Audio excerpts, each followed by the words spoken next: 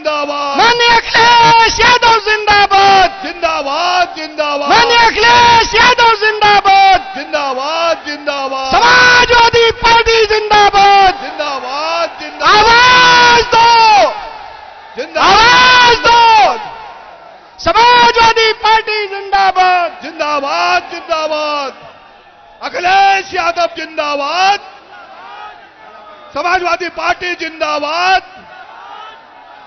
अब की बार गठबंधन सरकार, अब की बार अखिलेश यादव जिंदाबाद, अखिलेश यादव जिंदाबाद, अखिलेश यादव जिंदाबाद, समाजवादी पार्टी जिंदाबाद, अखिलेश भैया जिंदाबाद, अखिलेश भैया जिंदाबाद, अखिलेश भैया जिंदाबाद, समाजवादी पार्टी जिंदाबाद, समाजवादी पार्टी जिंदाबाद, अखिलेश यादव जिंदाबाद, समाजवादी पार्टी जिंदाबाद, अखिलेश यादव जिंदाबाद। गुजारिश करूंगा समाजवादी पार्टी इंडिया गठबंधन के प्रत्याशी बहुत ही जुझारू, मेहनती, कर्मठ, ईमानदार पूर्व मंत्री माननीय भगवत शरण गंगवार जी से कि आए और अपने विचार रखें। माननीय भगवत शरण गंगवार जी। भगवत शरण अखिलेश यादव, भगवत शरण समाजवादी पार्टी, भगवत शरण समाजवादी पार्टी, भगवत शरण अखिलेश यादव। इस कार्यक्रम के अध्यक्ष और इस जिले के समाजवादी पार्टी के अध्यक्ष आदरणीय जगदेव सिंह जग्गा जी, पार्टी के अध्यक्ष, राष्ट्रीय अध्यक्ष आदरणीय श्री अखिलेश यादव जी, हम सबके नेता जिनकी पहचान पूरे विश्व में एक अलग तरीके की है, जो गरीबों और तनहा लोगों के मसीहा हैं, बहन दिव्या जी, बहन आरती जी, भाई कांग्रेस के अध्यक्ष श्री छब्बा जी, भाई शाहजहानपुर से बड़े लंबे समय एमएलसी रहे श्री जयेश प्रसाद जी, एमएलसी श्री यादव जी, जनाब अरशद खान साहब, नफीस अंसारी साहब, भूपिंदर कुर्मी जी और मंच पर सभी बैठे भाई आनंद सिंह जी और मंच पर बैठे सभी पार्टी के सम्मानित नेतागण और बहुत बढ़िया संचालन कर रहे हमारे बरेली के ही बहेड़ी से विधायक जनाब अताउर रहमान साहब और सामने दूर तक दिखाई पड़ने वाले छोटे मंच के सभी हमारे नेतागण और दूर दूर तक दिखाई पड़ रही समाजवादी पार्टी के जुझारू साथियों, पत्रकार बंधुओं, साथियों, 19 तारीख को चुनाव है और इस लोकसभा का प्रत्याशी मुझे मेरी पार्टी ने मुझ में विश्वास व्यक्त करते हुए मुझे प्रत्याशी बनाया है और मैं आपके बीच में ये निवेदन करना चाहता हूं कि चुनाव चिन्ह साइकिल के बटन को दबाकर भगवत शरण गंगवार को विजयी बना देना। और मैं कहना चाहूंगा, अगर आप लोगों ने मुझे विजयी बनाया, पार्टी को विजयी बनाया, तो आप सारे के सारे लोग एमपी बनेंगे और भगवत आपकी हमेशा सेवा करने के लिए कंधे से कंधा मिलाकर आपके साथ रहेगा। साथियों, मैं बहुत सारी बातें तो नहीं, आदरणीय अध्यक्ष जी आ गए, राष्ट्रीय अध्यक्ष जी आ गए, मैं बहुत सारी बातें नहीं, लेकिन जो कुछ ज्वलंत समस्याएं हैं पूरनपुर की, उन पर मैं प्रकाश डालना चाहूंगा और यह भी कहना चाहूंगा कि जो आज की ये पार्टी है डबल इंजन की पार्टी है, सारे काम डबल तरीके से छोड़ो, चौथियाई तरीके से भी तो कोई करने का काम नहीं करती है। जहां आज के गर्मियों के समय में जहां बाजरे को अपने जानवरों को किसान नहीं खिलाता है, वहां बाजरा हम लोगों को खिलाने के लिए ये सरकार देती है। साथियों, पूरनपुर में एक डिग्री कॉलेज है, यहां पर उसके विधायक भी हैं और सरकार उनकी डबल इंजन की है, ना उसमें एग्रीकल्चर है और ना बीएससी के सब्जेक्ट्स हैं। तो मैं ये इस पे प्रकाश डालना चाहूंगा आपकी जब सरकार बनेगी, आप जब हुकूमत करेंगे तो ये सारे के सारे काम यहां होंगे। यहां पे माननीय राष्ट्रीय अध्यक्ष जी, एक समस्या बहुत बड़ी है और बार बार भारतीय जनता पार्टी ने आश्वासन दिया है। यहां भालुओं से और शेरों से लगभग 285 लोगों की जीवन खतरे में पड़ गया और जनहानियां हुई। हमने कल देखा था, परसों शाम को एक व्यक्ति को शेर उठा ले गया। हमने जब कल उनके घर गए तो इतना कोहराम मचा हुआ था कि आंसू निकल आए। ये बहुत बड़ा दुख पूरनपुर के साथियों को है। इस दुख को सुख में हम लोग बदलने का काम करेंगे। सीएससी ये बहुत बड़ा कस्बा है और बहुत बड़ा एरिया इस पूरनपुर को जोड़ता है। यहां पर कोई अस्पताल अच्छा नहीं है, मात्र सीएससी है। यहां 300 बेड के अस्पताल के लिए भी मैं आपसे निवेदन करता हूं, जब आपकी सरकार बनेगी या इंडिया गठबंधन की सरकार बनेगी तो दिल्ली से लाके यहां बनवाने का काम होगा। साथियों, और बहुत सी बातें हैं। एक पढ़ाई लिखाई के भी वो संसाधन नहीं है, तो एक यहां यूनिवर्सिटी इंटर कॉलेजों की स्थापना की जरूरत है। मैं एक बात आप लोगों से और कहना चाहूंगा साथियों, ये जो चुनाव है, ये चुनाव एक तरफ आपका किसान का बेटा है और एक तरफ महलों में रहने वाले राजे महाराजे हैं। आप कैसे करके सामना मुकाबला नहीं, लेकिन मैंने देखा है कि पूरनपुर के लोग बड़े जाबाज लोग हैं और अपने जैसे साथियों का मान सम्मान और इज्जत देने का काम करते हैं। कुछ चंद दिनों में ही आप लोगों की वजह से ये चुनाव बहुत ऊपर उठ गया और एक चर्चा सुनी जाने लगी। मैं आप लोगों से पूछना भी चाहता हूं कि हम लोग जीतेंगे? आवाज नहीं आई। अरे हम लोग जीतेंगे साथियों। अगर आपने एक किसान के बेटे के रूप में अगर एक राजा महाराजा को हरा दिया जो महलों में रहता है, तो मैं आप लोगों के साथ हर समय आपके हर सुख दुख में कंधे से कंधा मिला के खड़ा होऊंगा और हर अच्छाई और बुराई के साथ जहां आपकी लड़ाई लड़नी होगी अगुवाई मैं करूंगा।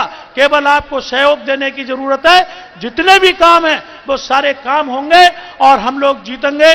तो नहीं, अगर सरकार उनकी मान लीजिए बन जाती है तो हम लोग आंदोलन पे आंदोलन करके हम और आप लड़ाई लड़के ये सब जीतना शुरू करेंगे। आप लोग बहुत बड़ी मात्रा में एकत्रित हुए हैं। आप लोगों को दिल की गहराइयों से स्वागत करते हुए आप सब लोगों को बधाई देना चाहूंगा कि आपने हमारे राष्ट्रीय अध्यक्ष जी को, अपने राष्ट्रीय अध्यक्ष जी को सुनने आप लोग आए। बहुत बहुत बधाई, बहुत बहुत धन्यवाद। जय हिंद, जय भारत, जय समाजवाद। एक बार जरा आवाज में आवाज डाल के अखिलेश यादव जिंदाबाद। बहुत बहुत धन्यवाद, बहुत बहुत धन्यवाद। अब इंतजार की घड़ियां खत्म हो गई हैं। हमारे बीच में हिंदुस्तान के शानदार लीडर, समाजवादी पार्टी के राष्ट्रीय अध्यक्ष, उत्तर प्रदेश के पूर्व मुख्यमंत्री, हम सब आप सबके नेता, हमारे चहेते गरीबों, मजलूमों, अल्पसंख्यकों, दलित, पिछड़ों के और सभी के शानदार लीडर, मैं उन्हें बुलाने से पहले इस विशाल जनसभा से मैं आग्रह करूंगा कि मैं नारा लगाऊंगा। आप मेरे साथ दोनों हाथ खड़े होकर नारा लगाएं। माननीय अखिलेश यादव जिंदाबाद, जिंदाबाद, माननीय अखिलेश यादव जिंदाबाद, जिंदाबाद, जिंदाबाद, समाजवादी पार्टी जिंदाबाद, जिंदाबाद, जिंदाबाद। अब मैं अपने नेता, हम सब के नेता को बुलाने से पहले पीलीभीत के जिला अध्यक्ष जगदेव सिंह जग्गा जी से गुजारिश करूंगा कि आए और आदरणीय राष्ट्रीय अध्यक्ष जी का स्वागत करें। धन्यवाद। आज पूरनपुर की सरजमी पर हम सबके नेता, युवाओं की धड़कन, किसानों के मसीहा, हमारे राष्ट्रीय अध्यक्ष माननीय अखिलेश यादव जी के जनपद पीलीभीत के पूरनपुर विधानसभा में तहे दिल से धन्यवाद आभार व्यक्त करते हैं। भाइयों और मंच पर आसीन सभी हमारे सम्मानित नेता, प्रत्याशी और दूर दराज से आए हुए हमारे साथीगण, जहां तक मेरी आवाज पहुंच रही है, माताओं और बहनों, ये समय भाजपा को भगाने का है और हिंदुस्तान को बचाने का है।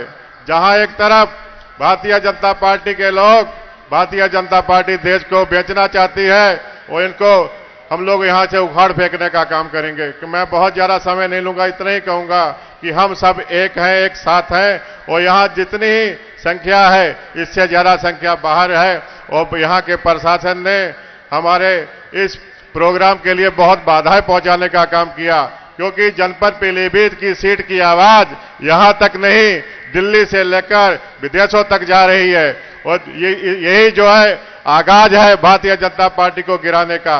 मैं यही अपनी वाणी को विराम देता हूं। जय हिंद, जय समाजवाद, जय भारत। और मैं माननीय जी का तहे दिल से धन्यवाद आभार व्यक्त करता हूं। इंतजार की घड़ियां अब खत्म हुई और एक बार फिर से जोरदार नारे लगाकर ये बताओ कि पीलीभीत लोकसभा हम लोग यहां बहुत वोटों से जिता रहे हैं।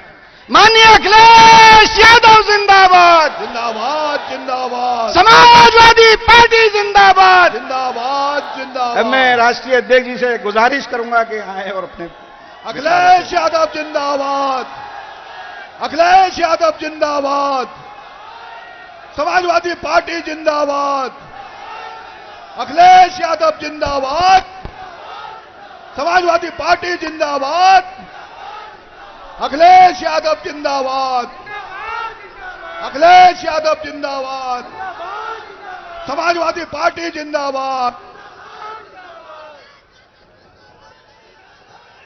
मंच पर हमारे साथ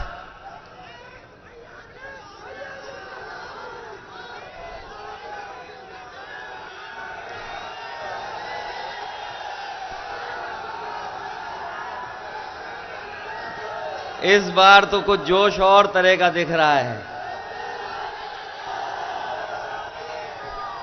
और ये अच्छा है कि पीलीभीत का चुनाव पहले चरण में ही है और पहले चरण में ही हम लोग खुशखबरी सुनने जा रहे हैं।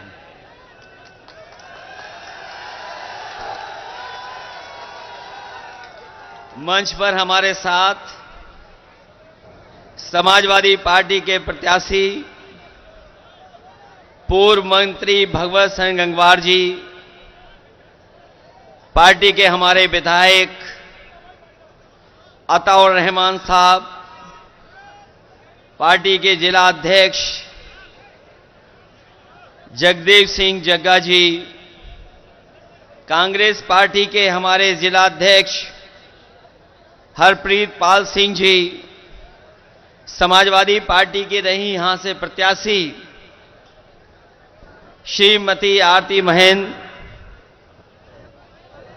दिव्या गंगवार जी, मंच पर उपस्थित नफीस अंसारी साहब, मंच पर उपस्थित पूर्व विधायक रोशनलाल वर्मा जी, पार्टी के हमारे पदाधिकारी इरफानुल हक साहब, किसानों के नेता और लगातार किसानों के लिए संघर्ष करने वाले तेजिंदर सिंह बिर्ग जी, सुधीर तिवारी जी, कृष्णा अधिकारी, अरशद खां साहब, पूर्व एमएलसी अमित यादव, अमित मिश्रा जी से लेकर के बहुत सारे समाजवादी पार्टी के नेता, कांग्रेस पार्टी के नेता और इस चुनावी जनसभा में आए हुए हमारे सभी आदरणीय बुजुर्ग, किसान भाई, बड़ी संख्या में नौजवान साथी, माताएं, बहनें, पत्रकार बंधुओं, मैं सबसे पहले इस विधानसभा और पूरे पीलीभीत से आए हुए अपने सभी कार्यकर्ताओं का बहुत बहुत धन्यवाद और आभार प्रकट करता हूं। ये पहले चरण का चुनाव होने जा रहा है। पीलीभीत में बड़े बड़े नेता आ चुके हैं। देश के बड़े बड़े नेता आकर के अपनी बात कह चुके हैं और लखनऊ वाले तो और घबराए हुए हैं। पीलीभीत का नाम सुनते ही उनका चेहरा पीला हो जा रहा है।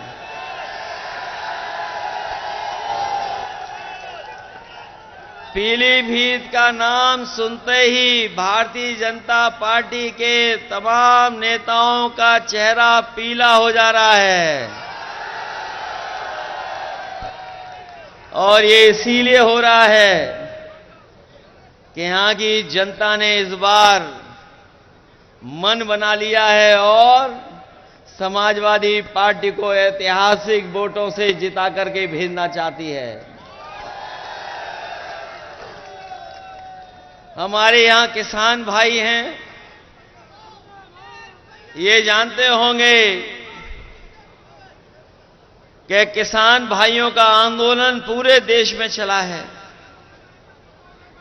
कोई ऐसा किसान नेता नहीं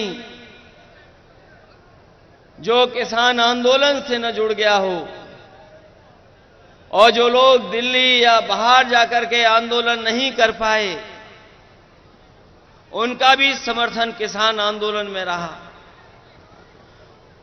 यहां के लोगों ने किसान आंदोलन को और मजबूत बनाने के लिए जो कुछ कर सकते थे और अपने सिख भाई इस आंदोलन को सफल बनाने के लिए जो भी अपना तन मन धन लगा सकते थे, उन्होंने लगा करके इस आंदोलन को बढ़ाने का काम किया था।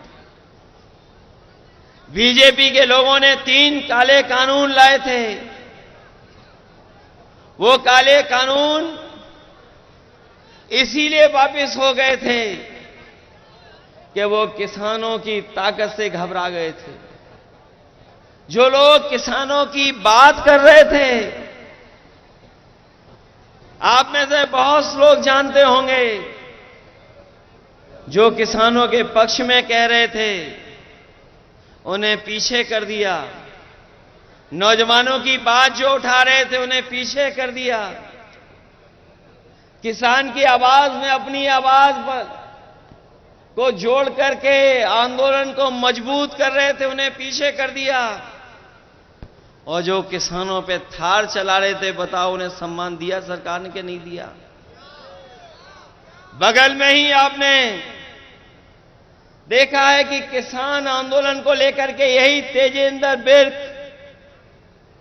निकले थे, वहां पर उस आंदोलन को दबाने का काम किया था।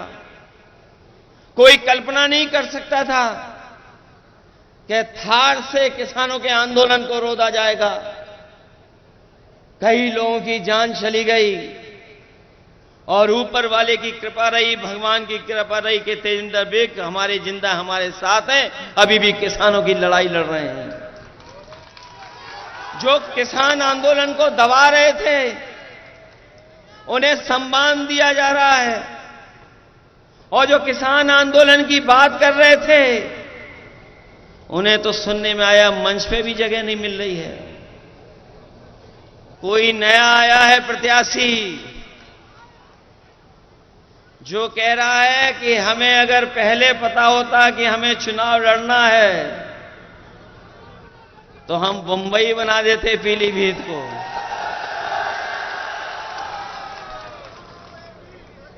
ये कौन सी बात है भाई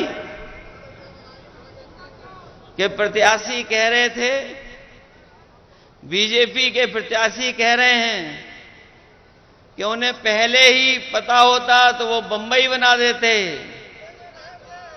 हम उनसे कहते हैं इसको बंबई मत बनाओ। बंबई का जो काम होता है थोड़ा वो ही करके दिखा दो यहां पर।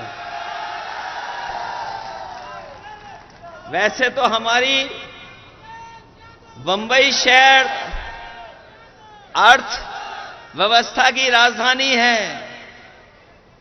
अर्थव्यवस्था के लिए जाना जाता है, राजधानी अर्थव्यवस्था की। लेकिन वहां नाच गाना भी होता है, लोग उसके लिए भी बंबई जाते हैं।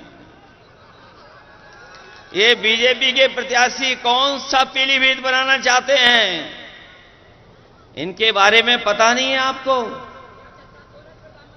ये कई दल घुमाए हैं।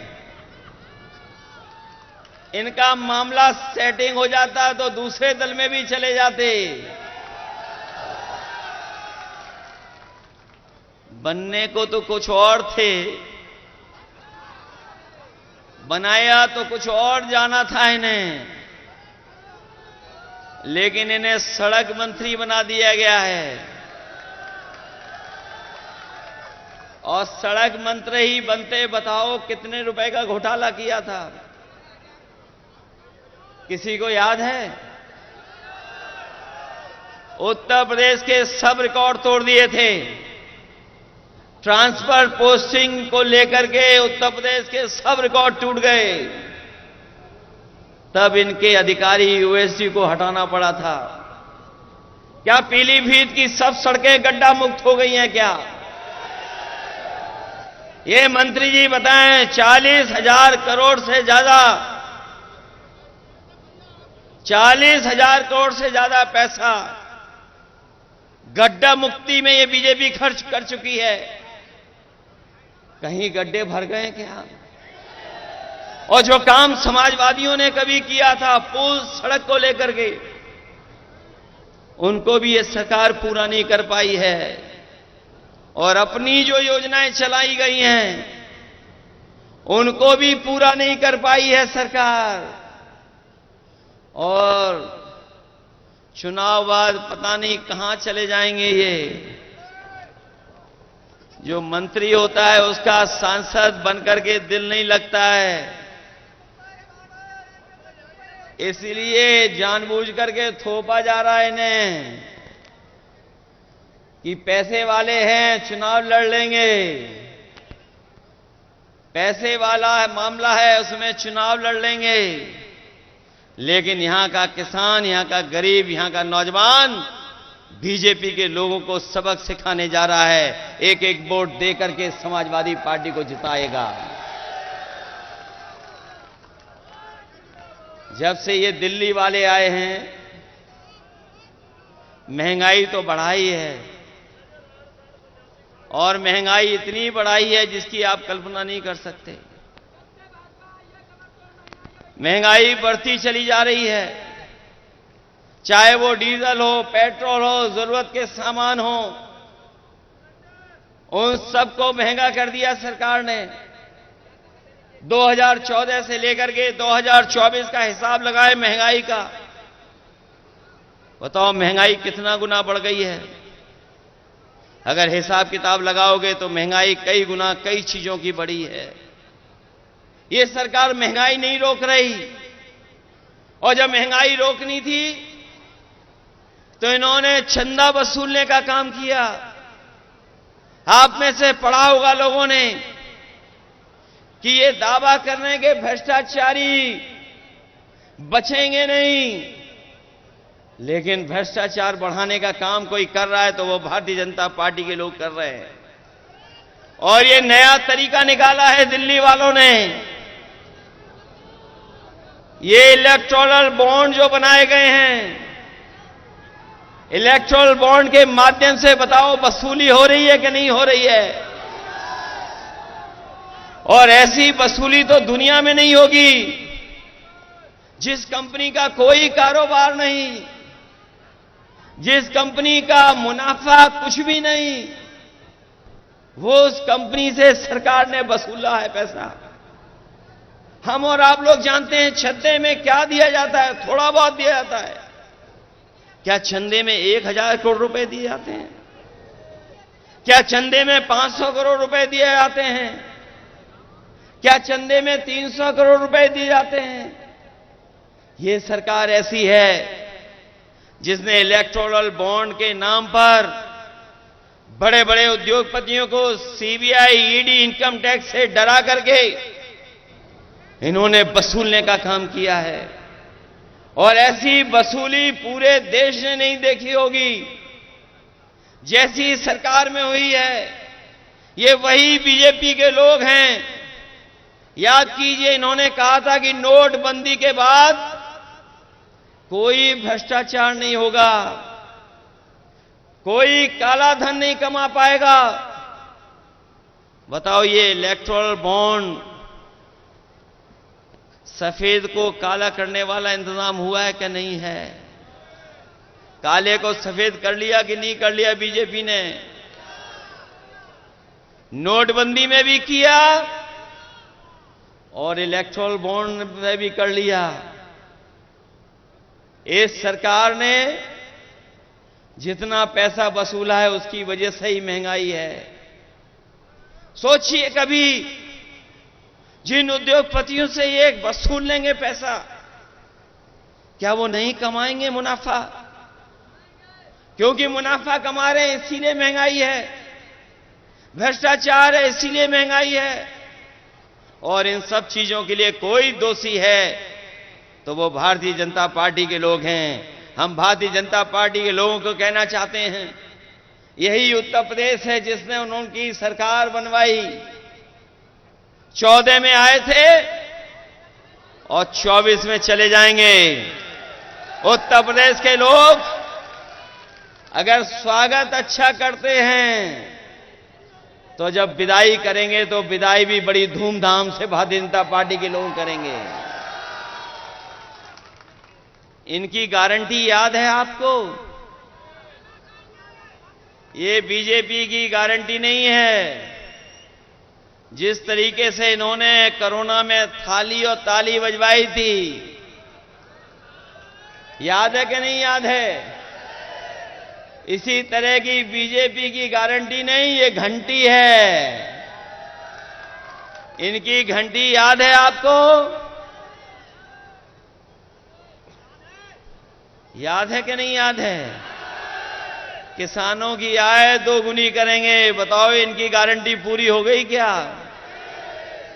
हमारे नौजवानों से कहा कि हम 2 करोड़ नौकरी देंगे। बताओ बीजेपी की गारंटी पूरी हो गई है 2 करोड़ नौकरी की? जो गारंटी देते फिर रहे थे, इनकी सरकार में हर पेपर लीक हुआ है कि नहीं हुआ है? ये नौजवान जानते होंगे जो परीक्षा देने गए थे, बीजेपी के लोगों ने कहा कि हम परीक्षा कराएंगे, नौकरी दे देंगे, लेकिन कोई परीक्षा ही नहीं करा पाए। जो भी परीक्षा कराई उस हर परीक्षा का पेपर लीक हो गया।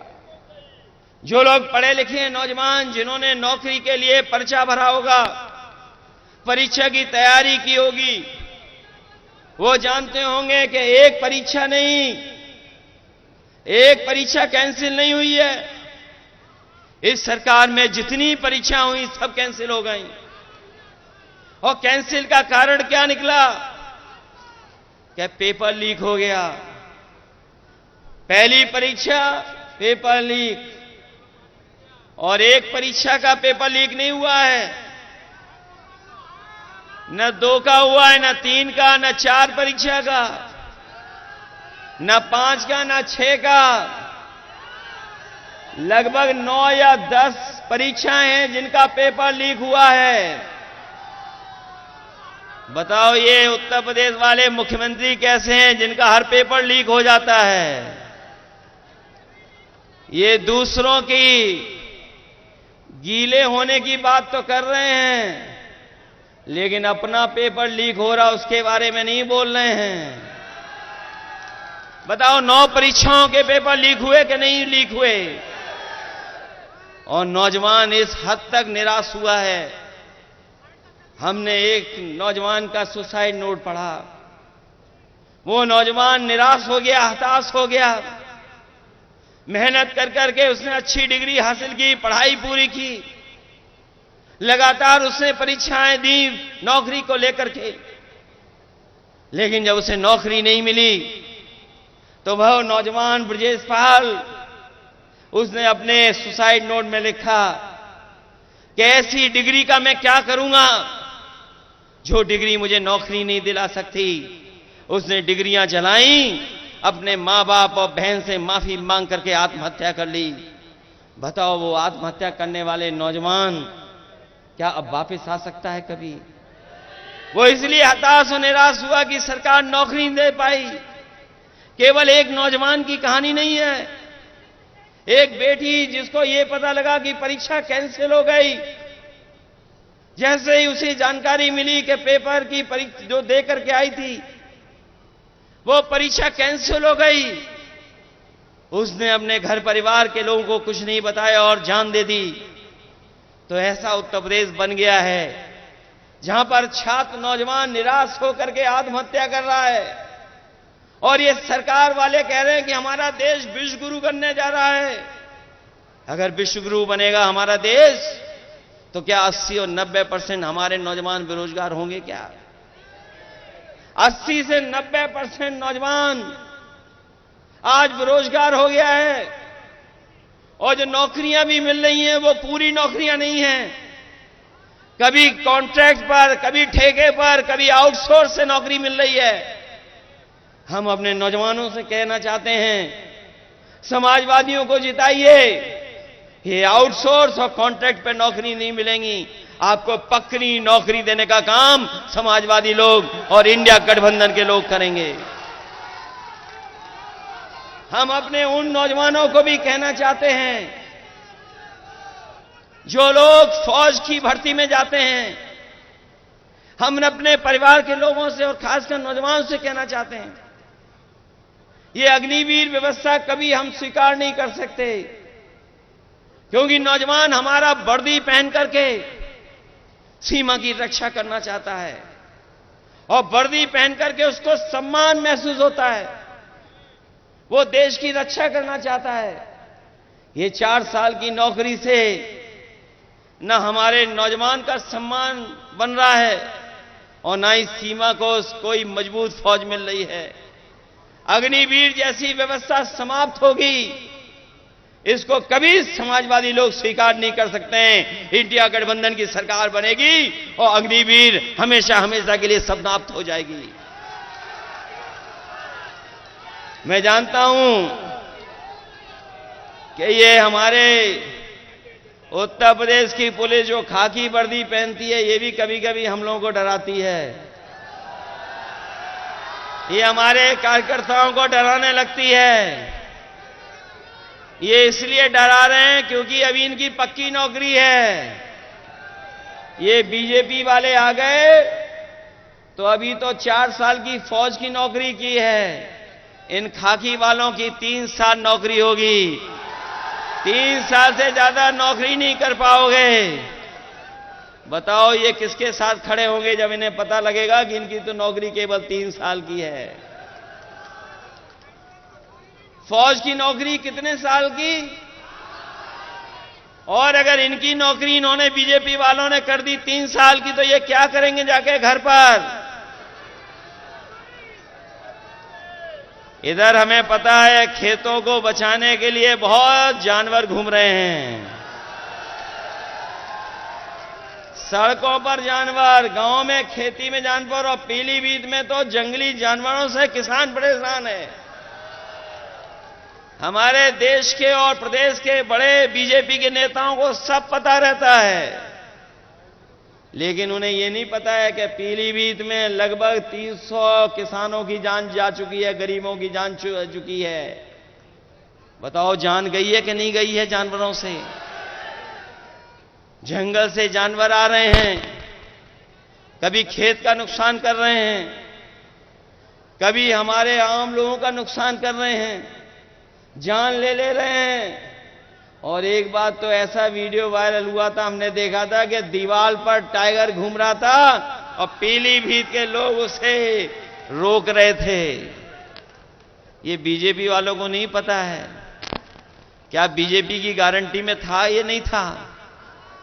मुझे याद है 2022 के चुनाव में देश के प्रधानमंत्री कह के गए थे कि बीजेपी की सरकार बना दो, हमने ऐसा इंतजाम किया है, ऐसा अच्छा ठोस योजना बनाई है कि 15 दिन के अंदर जानवर की समस्या का समाधान कर देंगे। बताओ सरकार बने कितने दिन हो गए हैं? अब तो 7 साल हो गए उत्तर प्रदेश की सरकार के, दिल्ली वालों के 10 साल हो गए। बताओ 17 साल का हिसाब किताब लोगे कि नहीं लोगे आप लोग?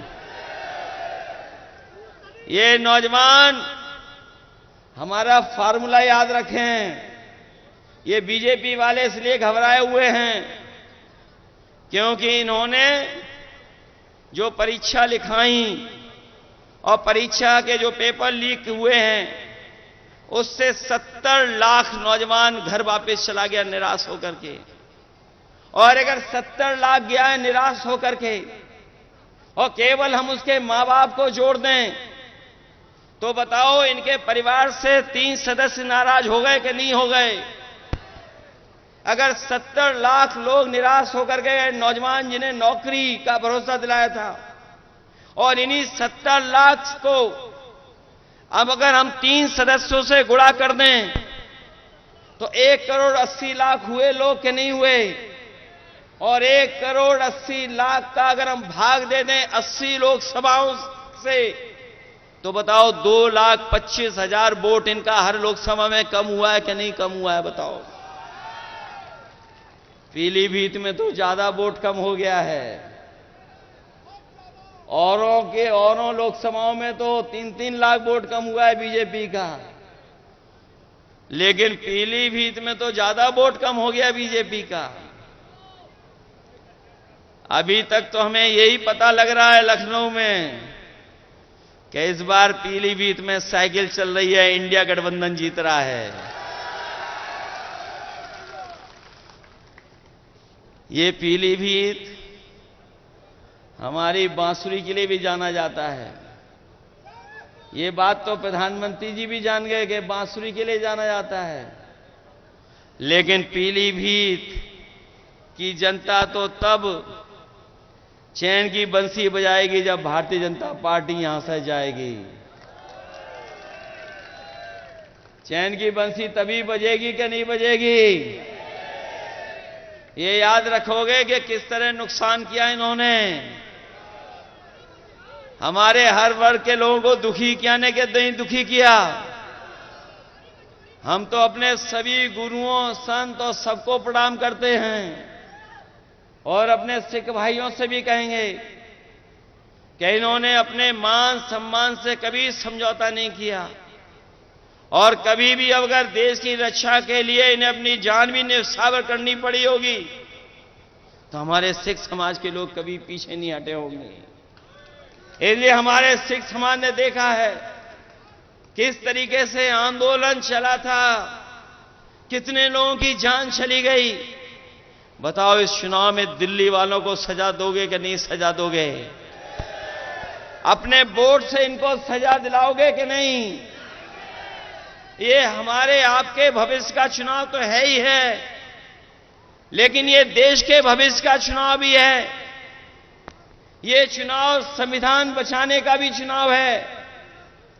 ये चुनाव हमारा लोकतंत्र बचाने का भी चुनाव है और ये चुनाव हमारे आपके भाईचारा की जो मोहब्बत का और प्रेम से हम लोग रहते आए हैं, जो हमारे भारत की पहचान है, हमारी संस्कृति की पहचान है, उसको बचाने का भी चुनाव है।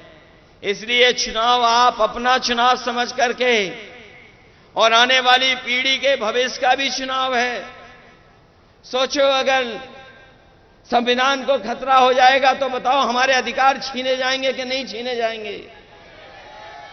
जो अधिकार हमें मिले लड़ करके देश की आजादी दिलाने के लिए इस देश के लोग एक हो गए थे, तब देश की आजादी मिली थी। आज फिर हमें एक बार अपने संविधान और लोकतंत्र को बचाने के लिए लड़ना पड़ेगा। बताओ आप लड़ोगे कि नहीं लड़ोगे?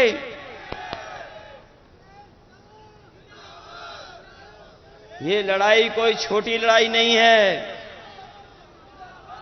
बताओ हमारे किसान भाइयों, एमएसपी के लिए लगभग 1000 किसानों की जान गई कि नहीं गई? बताओ आप। दिल्ली में जब 3 काले कानून हटने थे, एमएसपी को कानूनी अधिकार मिल जाए, 1000 किसानों ने की लगभग जान गई कि नहीं गई?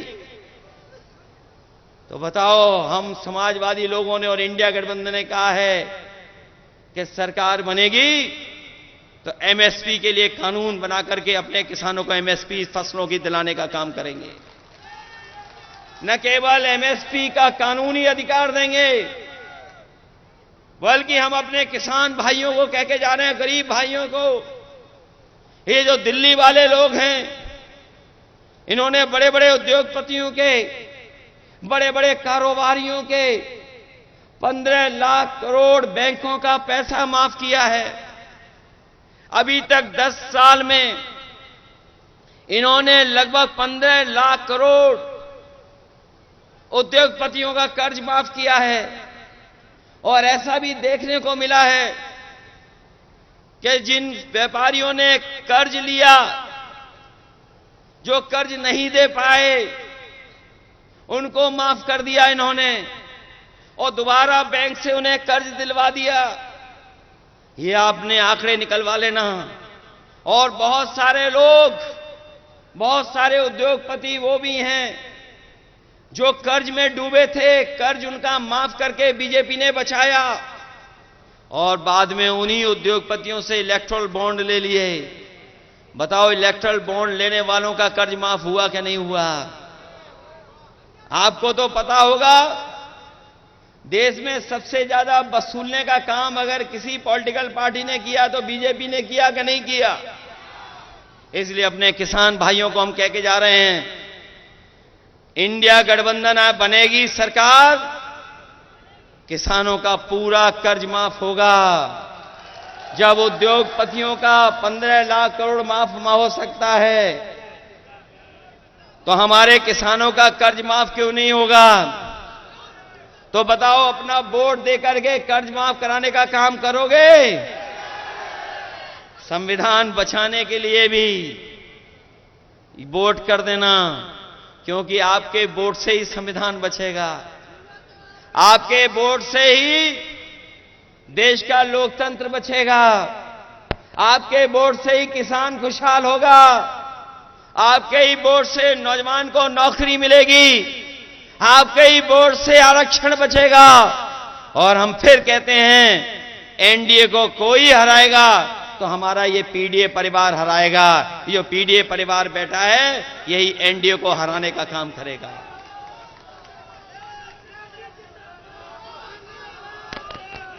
वैसे तो हमारे साथी घर घर जा रहे होंगे वोट मांगने के लिए। वैसे तो हमारे कार्यकर्ता गांव गांव जा रहे होंगे वोट मांगने। बताओ, गांव गांव जाओगे वोट मांगने कि नहीं जाओगे? हर घर वोट मांगने जाओगे कि नहीं जाओगे? हमारा आपसे निवेदन है, हमारा आपसे अपील है, हमारी आपसे प्रार्थना है। बताओ, भारतीय जनता पार्टी का जो लूट और झूठ का प्रचार है, उसका घर घर प्रचार करके बताने का काम करोगे कि नहीं करोगे? बताओ, बीजेपी झूठ बोलती है कि नहीं बोलती है? इलेक्ट्रल बॉन्ड से लूट की है कि नहीं की है? तो ये झूठ और लूट का प्रचार करोगे घर घर के नहीं करोगे? और अपने वोट से लोकतंत्र को बचाओगे? ये हमारे देश के प्रधानमंत्री कैसे हैं? ये कहते हैं ये इंडिया गठबंधन नहीं है। कौन सा गठबंधन है? क्या कहते हैं? इंडिया गठबंधन का क्या कहते हैं? बताओ, जिन्हें इंडिया कहने में ही शर्म आती हो। ये इंडिया गठबंधन है, ये इंडी गठबंधन नहीं है। बताओ, हमें बीजेपी को ये भी सिखाना पड़ रहा है। हमारे गठबंधन की जो INDIA है, ये इंडी नहीं है, ये इंडिया गठबंधन है। और ये इंडियाई गठबंधन है जो पीडीए परिवार को साथ लेकर के एनडीए का मुकाबला कर रहा है। और हम कह के जा रहे हैं, जो कह रहे हैं 400 पार, इस बार यूपी से जाएंगे हार। ये 400 पार नहीं, ये 400 हारने जा रहे हैं। और अगर ये 400 जीत रहे होते तो बताओ इतने घबराए हुए होते ये घबराए हुए हैं कि नहीं घबराए हुए हैं? और इसलिए घबराए हुए हैं कि दिल्ली के मुख्यमंत्री को जेल भेज दिया, झारखंड के मुख्यमंत्री जी को जेल भेज दिया। बताओ जेल भेज दिया कि नहीं भेजा है? और अगर 400 पार हो रहे होते तो सब ऐरे गहरे नत्थु खैरों को अपनी पार्टी में शामिल कर रहे हैं। अभी सुनने में आया है बरेली में कोई माफिया को भी शामिल कर लिया, जिनको ये महाराष्ट्र में भ्रष्टाचारी कहते थे। बताओ इन्होंने अपनी पार्टी में ले लिया कि नहीं ले लिया? जो इन्हें दिन रात गाली देते थे उन्हें ले लिया कि नहीं ले लिया अपने साथ? उत्तर प्रदेश में भी ऐसे कई दल थे, सुबह से शाम तक बहुत बुरा भला कहते थे बीजेपी को। और हमारे नौजवान तो जानते होंगे यूट्यूब चलाना, सोशल मीडिया पे समय गुजारना जानते हैं। इनके जरा पुराने वीडियो निकाल लो, बताओ कितना बुरा भला बीजेपी को कहते थे। और दुख तो इस बात का है कि हमारे प्रेस के लोग भी चुप हैं, क्योंकि प्रेस के लोगों को भी दाना मिल जाता है, तो जैसा दाना वैसा इनका गाना। बताओ है कि नहीं है? इलेक्ट्रॉल बॉन्ड पे कोई बहस नहीं। एक आध चैनल है जिसमें बहस हो रही है, एक आध चैनल है उसमें बहस हो रही है। जब आपके साथ ये भी नहीं है और जो यूट्यूबर साथ हैं उनको बैन लगा रहे हैं, कभी झूठा मुकदमा लगा देते हैं। हमारे पत्रकार साथी भी अगर सच दिखाना चाहेंगे, अगर दिन में सच दिखाया तो रात में इनके पास पुलिस पहुंच जाती है। बताओ पहुंच जाती है कि नहीं पहुंच जाती है? देखो हमारे प्रेस के लोग भी सहमत हैं हमसे। ये हालत पैदा हो गई है, इसलिए सावधान रहोगे कि नहीं रहोगे? सावधान। अपना बूथ बचाओगे कि नहीं बचाओगे? प्रचार करोगे झूठ का क्या नहीं करोगे? बीजेपी के झूठ का और बीजेपी की लूट को बताओगे कि नहीं बताओगे? बीजेपी की यही पहचान है, झूठ और लूट। इसके अलावा इन्होंने कुछ नहीं किया। पिछले 10 साल में केवल झूठ बोला है और लूटने का काम किया है। इनको बताओ हराओगे इस चुनाव में कि नहीं हराओगे? इसलिए ये मौका मिला है हम सबको, हम आपको सबको मौका मिला है लोकतंत्र बचाने का, लोकतंत्र के साथ साथ संविधान बचाने का, और साथ साथ अपने अन्याय से मुकाबला करने का। ये बीजेपी के लोग पूरे उत्तर प्रदेश और देश को पीछे ले जा रहे हैं। लोग कहते हैं कि हम दुनिया में कहां पहुंच गए हैं, लेकिन अगर दुनिया की गरीबी के पैरामीटर से अगर हम देखें तो गरीबी में हम कई देश जो हमारे पड़ोसी हैं उनसे भी नीचे जा रहे हैं। हम महंगाई में भी उन देशों के मुकाबले पीछे चले गए, बेरोजगारी में भी पीछे चले गए, और दुनिया में सबसे ज्यादा कर्ज अगर किसी देश के ऊपर है तो वो भारत पर है। बताओ अगर कर्ज वाला देश होगा तो क्या दुनिया में हमारा पहचान बनेगी क्या? इसलिए आपको सोचना होगा, इस देश को बचाने के लिए आपको करना पड़ेगा।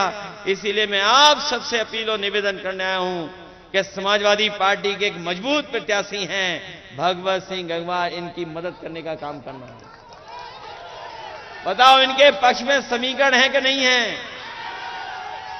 ये अग्निवीर और पेपर लीक वाले नौजवान हमारी बूथ में मदद करने का काम करना। बताओ करोगे कि नहीं करोगे? इस पीलीभीत में न इलाज मिल रहा है, न दवाइयां हैं, और जो व्यवस्था समाजवादियों ने बनाई थी एम्बुलेंस की, वो एम्बुलेंस की व्यवस्था भी खत्म कर दी, और पुलिस को 100 नंबर वाली गाड़ी दी थी। बताओ, गाड़ी को खराब कर दिया पुलिस ने, क्या नहीं खराब कर दिया? और 100 से कौन सा नंबर कर दिया?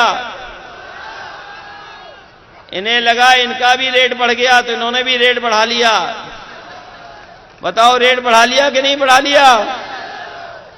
इसलिए ऐसे लोगों के खिलाफ मतदान करोगे तभी जाकर के हमारा लोकतंत्र बचेगा। इन्हीं शब्दों के साथ मैं आए हुए सभी लोगों का बहुत बहुत धन्यवाद देता हूं। आए हुए किसान भाइयों का धन्यवाद देता हूं, आए हुए नौजवानों का धन्यवाद देता हूं। मुझे पूरा भरोसा है कि आप सब लोग मिलकर के इस देश को बचाने का काम करेंगे, लोकतंत्र को बचाने का काम करेंगे, संविधान को बचाने का काम करेंगे। और जो मैंने आपसे निवेदन किया है कि बीजेपी की जो पहचान बन गई है लूट की और झूठ की, उसको घर पहुंचाने का काम करना।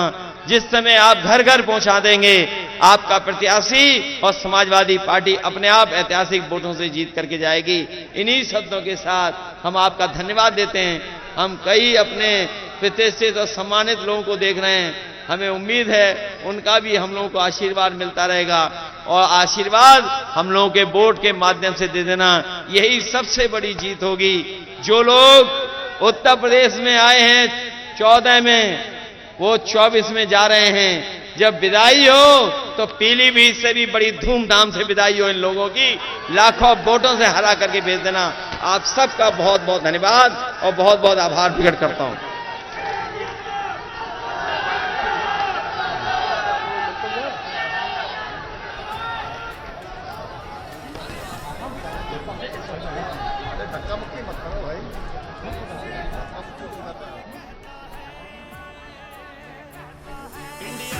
अपना वोट दो, गठबंधन को तुम वोट दो, इस देश की खातिर वोट दो, अखिलेश की खातिर वोट दो।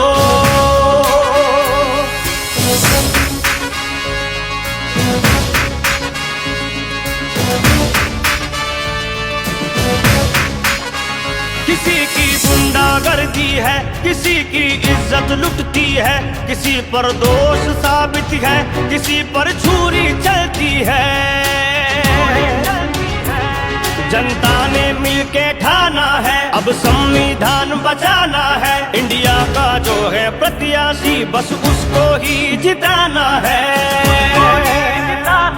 अखिलेश हमारी जान है और राहुल का सम्मान है। अन्याय को मिलकर चोट दो, अखिलेश को अपना वोट दो। अन्याय को मिलकर चोट दो, अखिलेश को अपना वोट दो।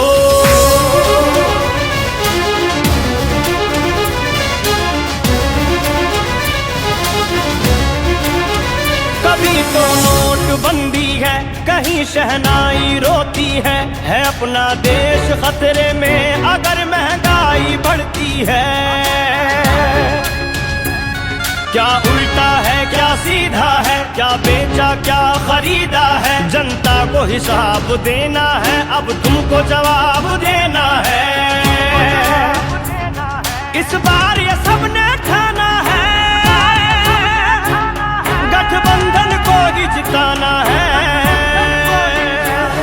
इंडिया को अपना वोट दो, गठबंधन को तुम वोट दो, इस देश की खातिर वोट दो, अखिलेश की खातिर वोट दो।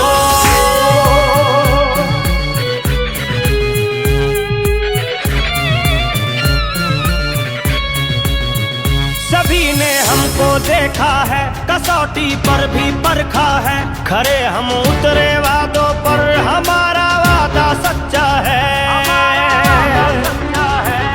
हम आरक्षण के साथ हैं, हम लोहिया मुलायम के हाथ हैं, हम पीडीए के रक्षक हैं, अम्बेडकर के जज्बात हैं।